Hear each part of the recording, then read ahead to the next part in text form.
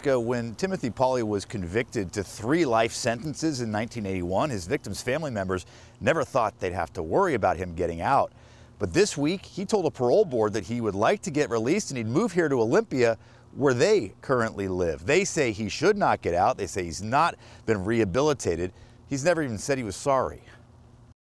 Truthfully, I would like to become known for something more than this horrible crime that I committed in 1980. This week's attempt at release is not Timothy Pauley's first. Pre-COVID, he tried getting paroled in hearings held inside the Monroe Correctional Complex. He's always been denied, but relatives of his victims who have attended past hearings in person fear Pauley could be getting out this time. Pauley was convicted of the murders of 3 employees at the Barn Door Tavern in SeaTac in 1980. He received 3 life sentences, but a change in the law in the 1980s made his sentence reviewable. Pauley says he is rehabilitated and regrets his actions. I don't know why, but I opened up the cooler and I shot these 2 men. And I didn't even make it out the back door, and I regretted that. I regret my actions.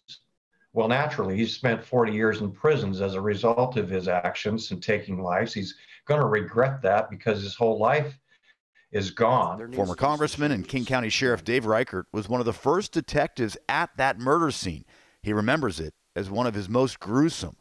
Reichert has fought with the victims' families to keep Pauley locked up. If you're a person who doesn't show remorse for executing 2 men with a pistol, bound and gagged in a cooler for $1,500, and you can't shed a tear and apologize, I don't think there's been a rehabilitation in that case. Mom and Sherry and Linda, they didn't need to be tortured the way they were. Maggie Dowell worked at the bar with her husband, Lauren, one of the 3 employees killed.